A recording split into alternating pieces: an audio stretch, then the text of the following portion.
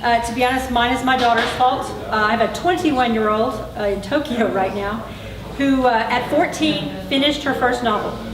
And I realized that I had spent years of my life talking about and even starting a couple of novels, but I'd never ever finished anything I'd started. And so I took it as a challenge. If my 14-year-old can do it, I'm going to keep writing until I finish the one I'm on. What I discovered was that once I started writing, every short story and almost everything I'd ever written, even some of the novels that I'd started, all seemed to fit into the same place. And so that's how I knew I was writing the right story, because suddenly everything I'd ever done, including a few songs that I wrote, fit into this world. It is an unusual place. I am a Latin teacher, and so I teach classical mythology to my students, have for 25 years. And so I love to share mythology with them. And this world is a sci-fi world, a future planet, far, far away from Earth, but the gods of ancient Greece have transplanted mankind there and started over. So this is the basic premise for the book, and then I'll read you the excerpt. Eons ago, the gods ruled over the dawning of ancient Greece. From the heights of Mount Olympus, they bent mankind to their will. I gotta do this with my glasses. Unfortunately, Olympians are immortal and easily bored. One day, they looked away from their children, and in the blink of an eye, Earth changed. Mankind forgot the gods and instead called them myths. To their regret, the Olympians discovered no amount of manipulation of human history could bring mankind back into the fold, and so they took the only option left to them. They started over. Transplanting a small group of human colonists to the distant world of Arcadia, they created a new and perfect utopia. Each Olympian reigns over a cult of followers in a personal city-state where their word is law. To promote harmony, the great law of the Olympians forbids war on Arcadia. For 2,000 years, the gods and immortals have lived on Arcadia in harmony, although even the Olympians have to admit nothing is ever perfect. For once every 100 years, the son of Ares is born to upset the delicate balance of their world. And the first novel in the series is the daughter of Athena. She has gone to the center of the son of Ares' empire to get back her brother, who made the mistake of trying to attack the city of Metropolis. And she goes in by herself, and she's going to somehow trade herself for her brother or get them to release her brother, and she discovers it's not that easy. She finds herself alone and abandoned by Athena, and the man, the son of Ares, who she thought she was surrendering to get her brother's freedom, turns out to be not quite as bad as she thought. But she is alone. She finds herself totally alone, and this is a scene right after her plan to free her brother didn't work. As dusk crept across the darkening sky, I sat beneath one of the great oaks that shaded the tomb of Artemis. I had noticed the aging marble edifice from my balcony and was inexplicably drawn to it. As I approached the miniature temple that enclosed the dormant body of the goddess Artemis, I felt faint vibrations of life, even through the layers of cold marble. I wonder if you can hear the world of the living from inside your tomb, Artemis. Do you even feel the passage of time? I whispered. I wished I could join her in her blissful sleep and, like her, leave all the problems of this world behind. I couldn't hold it in any longer. I let the tears that I had been fighting all day begin to flow, releasing the pent-up fear and frustration that had threatened to overwhelm me. I had no one to talk to, no one in this new world, and I had never felt more alone or hopeless. For the first time in my life, I had no plan, no future. Why do you cry? A faint voice asked. Startled to be caught indulging in self-pity by a stranger, I looked up, but I didn't see anyone. Who's there? I called softly towards the trees that shaded the tomb. They were the only place close enough to shelter a stranger, and yet the voice hadn't seemed to come from that direction. Why do you cry? The voice asked again. This time I knew the sound didn't come from the grove. It had come from inside my own mind. I began to suspect I was not speaking to a mortal. Where are you? I asked. Here, the voice said. Again I looked at the grove and finally saw the glimmering form of a woman emerge from one of the older oak trees. I had met such creatures before in New Athens. They were tree spirits called dryads, and they communicated with humans telepathically. Although not everyone could see these ethereal creatures, I had always been sensitive to their presence. "I can see you, spirit. Are you one of the dryads of this grove?" I asked. "I am a dryad," the voice echoed. The tree spirit seemed confused, and I could almost sense her fear, which reminded me of an elder in early stages of dementia. In hopes of helping her, I used my most soothing tone of voice. "Well, dryads, that's what we call tree spirits in the Grove of New Athens," I explained. "I am a dryad," the voice repeated, and then paused. "Yes, I am a dryad. It's been so long since I had heard the word, I had almost forgotten." "Are there other dryads in the grove?" I asked. "No," the spirit whispered. "I am the only one left." "Well, then you know how I feel. That is why I was crying. I felt alone and sorry for myself." "But we're not alone anymore. This place is once more full of life." Her eyes shined with hope. "Do you mean the citizens of Metropolis? They once again care for the tomb of my goddess. They even plant new seedlings and add life to this lonely place. They are what woke me from my long slumber." "How long have you been sleeping?" "I don't know. How long has my goddess been asleep?" "Artemis put herself to sleep almost 1,000 years ago, after all her followers were destroyed." "So long."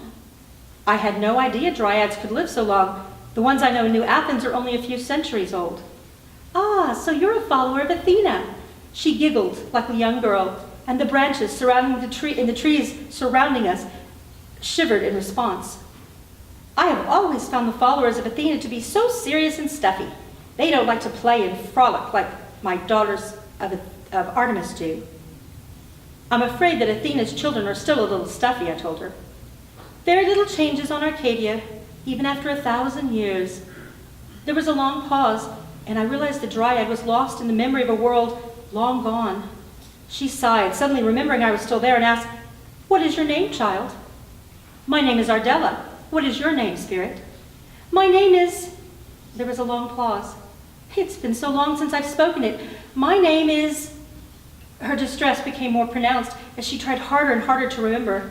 I could feel her panic rising, and I feared it could consume us both. "Don't worry, spirit. You'll remember," I offered. She continued to search her memories, but it was no use. "No, it's lost. It's gone," she moaned. "And there's no one left alive who remembers my name. Great Artemis, I have no name." Again, I felt her terror and confusion and knew I had to do something to help the elderly spirit. I tried desperately to think of a way to calm her. "Perhaps I could give you a new name," I offered.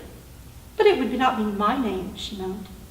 "Many mortals choose to take on a new name to mark a new phase of their life," I said, and tried in vain to shake the dark, visceral image of Alexander, which suddenly flooded my mind. "You would give me a new name?" the dryad asked, finally showing interest in the possibility. "Certainly," I said. "Let me think." All at once it came to me. "My grandmother's name is Muriel. I think you should be Muriel too." She smiled. "Muriel, that's a good name. My name is Muriel." I sighed with relief. "I'm glad to meet you, Muriel, and I've always been very fond of dryads." "You know other dryads? Is that why you can see me? I have tried so many times to speak to the ones who tend the grove, but they cannot see me, so when they hear my voice, they run away frightened." "It was my grandmother Muriel who introduced me to my first dryad when I was just a little girl. I guess that's why I've always been able to see and hear your kind. I'm sure there are others in Metropolis with the gift. Perhaps if I tell them you're here, they will come and try to speak to you as well." "I would like that. I've been alone so long, and I've been waiting. Perhaps, would you sing a song with me?" "A song?" "Yes, the song, Calling Forth the New Moon. I don't think it's been sung in 1,000 years." "Well, I don't know the words, but I'll listen, Muriel." "Come one, come all, ye children of night. Diana's moon is calling. Come sing, come dance, come celebrate life before the day is dawning." "That's beautiful, Muriel." But she didn't say anything else. I could see in her eyes that she'd wandered off into an inner world of her own once again. Peace filled her heart, and it made mine ache with envy. I knew that I needed to let her be. "Good night, Muriel," I whispered, and left her to her memories, to return to my lonely tower room. Ironically, I felt a little less alone than I had a few minutes earlier, and maybe just a little hopeful. 1,000-year-old dryad, that was a miracle. Maybe there was hope for the daughter of Athena, after all.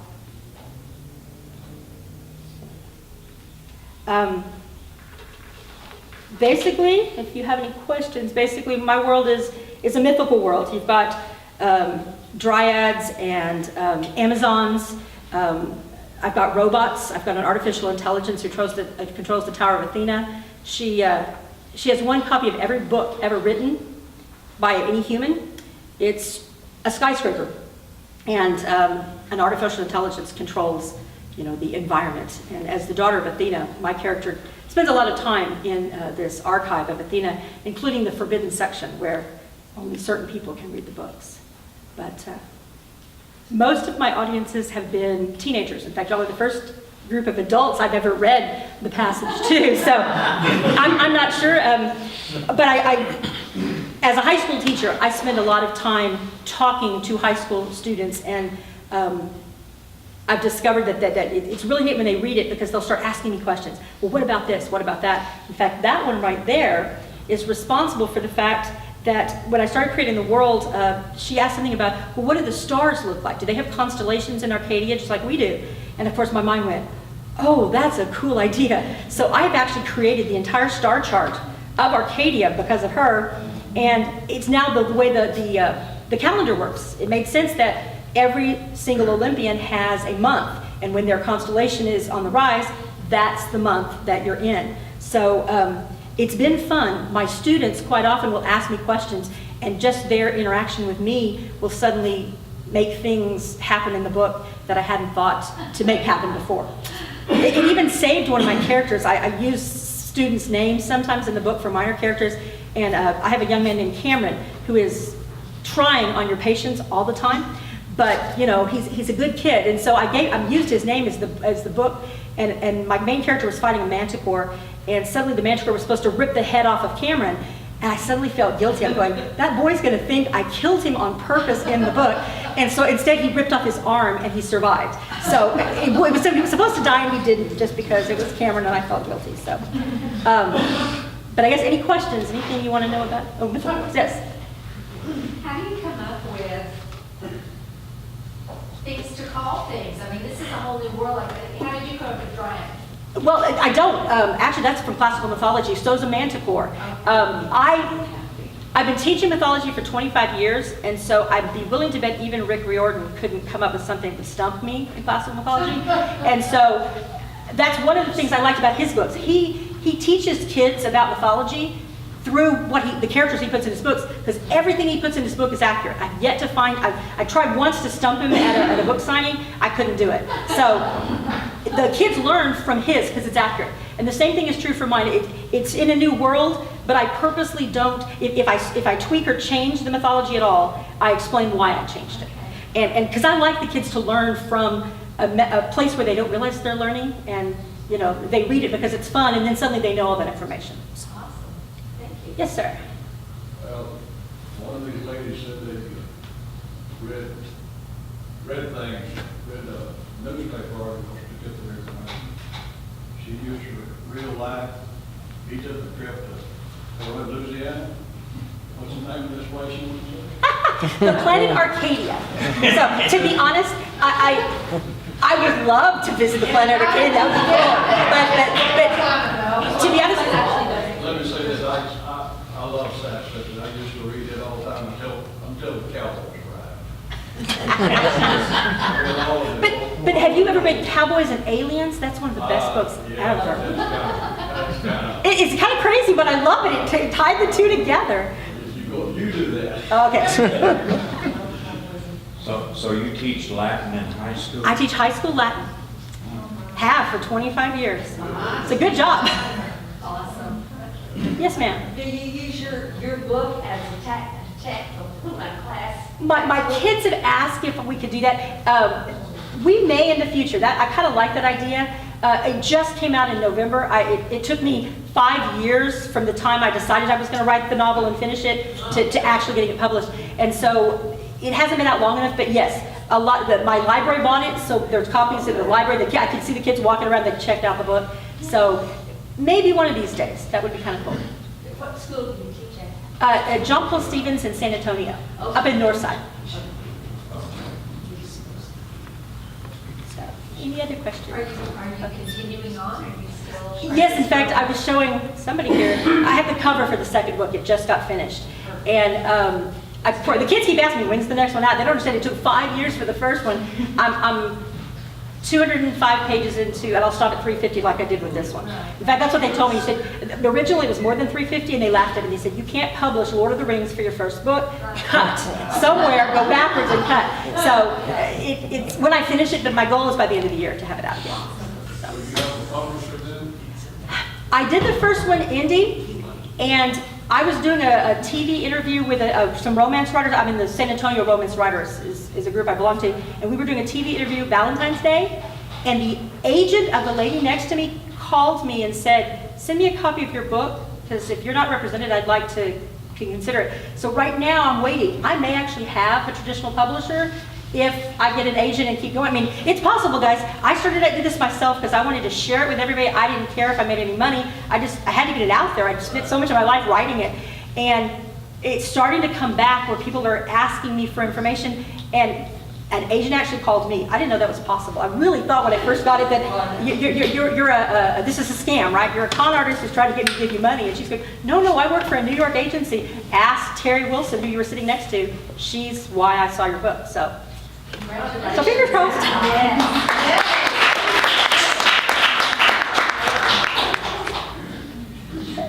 I'm good, thank you.